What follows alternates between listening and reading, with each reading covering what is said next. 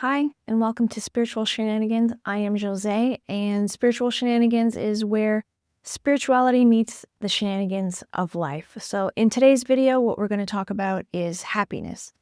How do you get happy? Where does happiness come from? And we'll go through actually a whole series of things that contribute to happiness. The first video today being on the concept of happiness, which is part one. And then the following series will be things that have helped me become more happy in my life, and we'll go through them one by one. But today we're going to start with just the concept of happiness. I used to not be a very happy person.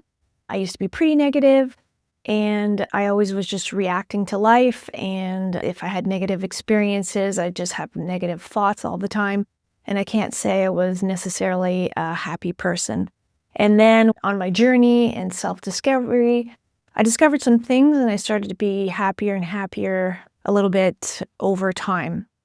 And then I had a lot of aha moments as I was studying and thought that I would share some of those. Now, this is going to be an overly simplistic view of things, sort of like the aerial view, if you will, of things that can help.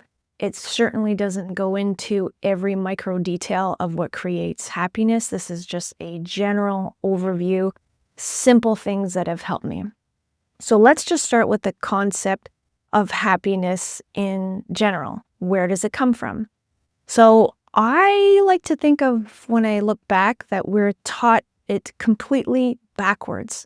I know growing up, the way I thought you could get happiness is it comes from external things. You'll be happy when you win this certain thing, when you get a certain grade. As an adult, you'll be happy when you finish your degree, when you become this particular profession, when you hit 6 figures, when you get a house, when you get married, when you have a child, and then when you have a child, like when the child moves out, and on and on and on. And it's sort of like a rabbit chasing a carrot. If you can envision that the rabbit has a carrot tied just like maybe a foot or two ahead of it, and it's always running towards it, but never really catches it. In that model where happiness comes from something external, it's always a chase and you're never quite there. You get like little moments of being happy when you get that thing. Like I remember when I got my house, like of just like pure bliss. Then once you're living in your house, you forget that you wanted that house for years, and then there's just the maintenance of the house, and then you get frustrated, and then you've outgrown that house and you want the next house. Or you think that you're going to be happy when you have a marriage and everything's going to be great, but you just bring your problems into that marriage and it causes other things. But we won't go into that particular topic. But just the concept that we've been taught that happiness is something external and that you have to get. That's the concept where I've just veered it upside down, because all of us, especially today, and especially if you're younger and you grew up with social media, and as adults, it was introduced later, but then happiness is almost even harder, because instead of comparing yourself to your neighbors and coworkers and things like that, you're comparing yourself to hundreds, thousands of people all over the world, and they're posting just their happiest moments, and sometimes a lot of it is fake.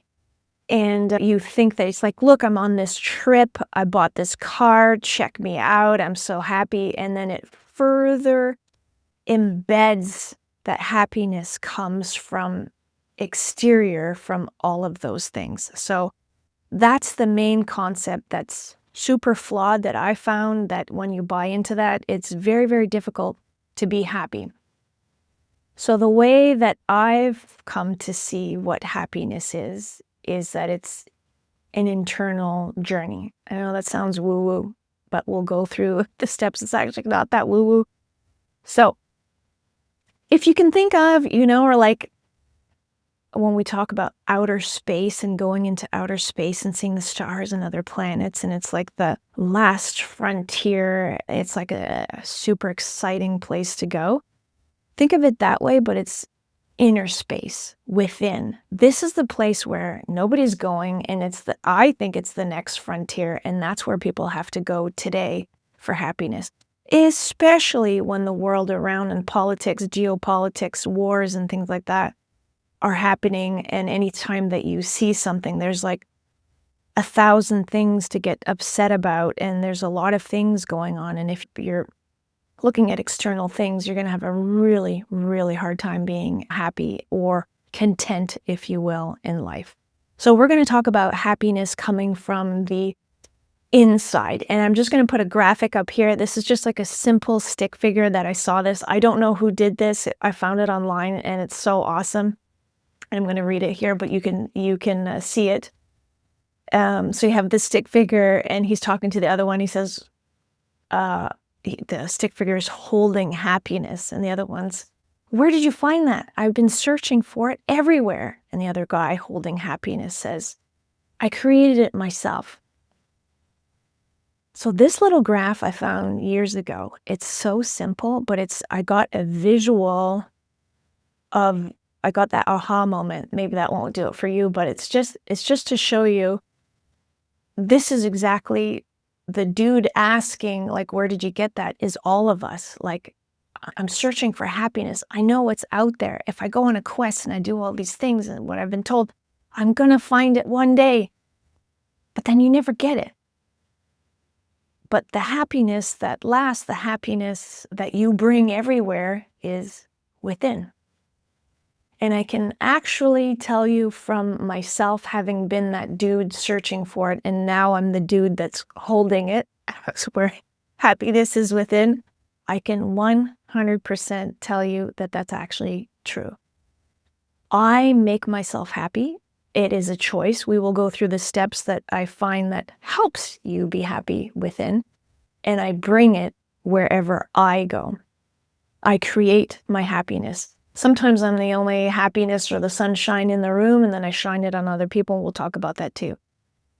I am happy because I create my own happiness. I no longer rely on external things to make me happy. And that was really, really important. I don't know if you've seen previous videos. One of them is The Void, where I went through a lot of stuff. A lot of things fell apart in my life. And through this journey, I was able at one point to be happy with nothing. At one point, I didn't even have a house of my own. I didn't have a job, low finances, and I was still able to be a happy person, and it had nothing to do with material things. So I'm going to just illustrate another couple little things when we're talking about happiness. And here's another one that when I read it, it just hit me. There was another visual. So I'm going to put it up on the screen. It's a quote from John Lennon. If you're younger and you don't know who John Lennon is, he's a major part of the Beatles, the band, an amazing songwriter, John Lennon. Okay, so here's his quote. I'm going to read it as you're reading it. When I was 5 years old, my mother always told me that happiness was the key to life. When I went to school, they asked me what I wanted to be when I grew up. I wrote down happy. They told me I didn't understand the assignment, and I told them they didn't understand life. When I read this, I was like, I never thought about it that way. We're always like, what do you want to be? What's the profession? What are you in school for? What are your 5-year goals? What's 10 years? And you have to like tell them something. I'm going to be this. I'm going to be a doctor. I'm going to be, whatever. And it had never occurred to me that my goal or my career path is to be happy. I was like, wow. And John Lennon, he had an interesting career. He was part of the Beatles. It was the most popular band in the world. And then he went off on his own, and the songs that he wrote and just was his own thing and took a lot of flack for it. And he just followed his joy and his path. But this was a huge life lesson for me, is that if you can have a goal of what's your goal in life, my goal is to be happy, it'll actually affect the decisions that you make in life. So instead of, I want this for status, I want this for 6 figures, like, what am I interested in? What am I curious about? What's going to make me happy? And another way to think about it is like when you're in life, does that make me feel good? When I think about doing something, does that have a feeling of like expansion, like a feeling of good and joy? or does it make me contract and feel like really bad about it? So at every decision point, instead of I'm going to be doing this and it's in your mind, so your mind has a lot to do with my parents say I should do this and I should do that and should. Sometimes even if it's micro decisions of what you want to do that day or a day off or whatever, if you follow in your heart and you follow what feels good, that creates a lot of happiness. So those are the couple things that when I saw them, I read them, I was like, it just made me think of things a little bit differently. So that's what I wanted to share about those. And then another quote that was by Buddha, that because these are just easy ways that you see them and you're like, oh, it just changes the way that you think. So when we talk about success in the world today, you're just, to me, it's still the old success has to do with a job title or education or an entrepreneur or how much money that you make or the name of your title in a company, and definitely the salary that comes with that, right? Like success. That's just what comes to mind. And Buddha has a quote, and it goes like this: success is not the key to happiness. Happiness is the key to success. So success is not the key to happiness. Happiness is the key to success. That also hit me where you see even the people that are super successful and that just chase that dream for money and status, they end up being addicted to substances. They end up not being happy. There's or some that are super successful that end up taking their own lives or miserable on drugs. Because if you're chasing the wrong thing for the wrong reasons, money doesn't make you happy and the thing doesn't make you happy. The actual house, if it's worth $6 million, the house itself doesn't make you happy. Having a number one record, that thing itself doesn't make you happy. If you're chasing fans on Instagram or YouTube or subscribers or whatever, everybody's like, oh my gosh, when I get to 1 million subscribers or whatever, you can see the number roll and then you can have, some kind of reaction, but that doesn't make you happy in your home and your relationships. And overall, it doesn't give you a sense that follows you of happiness and gratitude. It's just something that you achieved. And then if you have 1 million, then you want 2 million, you want 2 million, you want 3 million. It's the same as once you're out of poverty for money, there is a certain amount of money that will cause that initial happiness. Like if you're in poverty, can't feed your family, then you can feed your family and you can, you're comfortable. There's certainly that level of financial stability. Of course, it'll change your life. But I'm talking about once you've hit the whatever amount in the hundreds of thousands per year, an extra million, 2 million, 3 million, 1 billion, it doesn't significantly increase your happiness, right? So the happiness first, if you're then making decisions, you're not going to chase that career that is empty just so that other people are impressed with you. If in your micro decisions, you're doing the things that you love and you happen to then have some kind of fame or notoriety because of that, that's different. Then you still have a chance of being happy. For example, for myself, I'm starting this YouTube channel. This is, I think, my third video of the YouTube channel. I have 0 subscribers. I have told nobody that this channel exists. Right now, if it goes out there and other people share it with other people, awesome. If it does well, that's a bonus. Why am I doing it? Because there's just things that I've learned that I want to share with people. If it takes off and it does super well, that's an extra bonus, but that is definitely not the motivation of me doing these videos. The motivation of these videos is because I went through some things. I just have a strong inclination, pull to do these videos because I think a lot of people that are watching like you might be going through some of these things and realizing some of these things, and that putting these out might help other people. That is actually my motivation, and it makes me happy.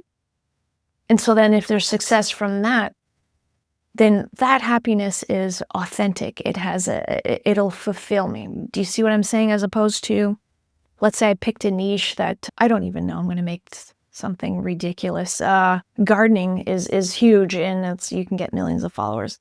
I'm going to do this YouTube because gardening's popular. I know nothing about it, but like I just researched stuff before my video and I pretend to know, and I'm just doing it to get followers. That's not going to help me, and it's something that I don't want to do, let's just say. Okay, so there's an example of success and happiness where we've sort of flipped it. So happiness first, following your heart is the key to success. And here's another thing that, as we're talking about it, flipped what I thought about things. So I'm just going to get my whiteboard and I'm going to illustrate what I'm talking about. This is going to be, it's like childish drawings, but that's okay because I just wanted to make a visual so that you saw what I was talking about, okay? So here's just a further illustration of how we've got things a little bit like flipped in society. And as a kid, this is what you would have learned. And it's so difficult to then be happy like the way I'm talking about, because this is how we've been programmed, okay? So the way most of us have been brought up, I know that's the way I've been brought up, is that happiness comes from the outside, right? So here I have be, so that's who you are. Be, do, and have, and I'll explain what all of that means. But right now, happiness is coming from the outside. Once I have a car, if you're a guy, I'll be able to attract a lot of girls. They'll be impressed with me. I'll be happy. Once I have my degree in finance, I'll be able to work on Wall Street. I'll make 6 figures. I'll be happy. Once I start a YouTube channel, I'll be able to get 1 million followers, and then I'll be happy, okay? So once I have X, I'll be able to do X, then I'll be happy. So it's coming from the outside in. This is the way that I taught myself of flipping it around, okay? So now we're going to go the other way, total opposite. I'm going to be happy, and we'll go through how I'm able to be happy, but I set myself by being happy, by being positive and doing things that we'll go through. It's a whole series we're going to go through. But I choose to be happy. It comes from within. From my happiness, I'm going to follow my heart and do the things that I'm guided to do, and then I'm going to be happy. So you're setting your tone, doing the activities, inspired activities from there, and then all of the riches come because it's authentic, and everything will come to you. So it's setting your state first, for taking inspired action from within, then all of the things will come to you, okay? So it's just flipping this from the outside in. So I just wanted to demonstrate that.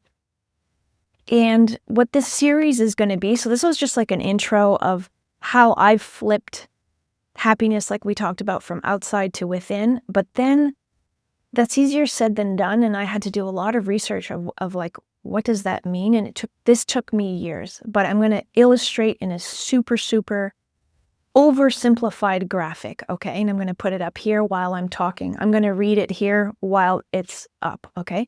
I created this graphic. Again, there's a lot of micro things, and if you're ahead of me on the journey, you're going to say that I'm missing some things, and I am. And it's not this simple. It's not linear like this, but it's just, if you can just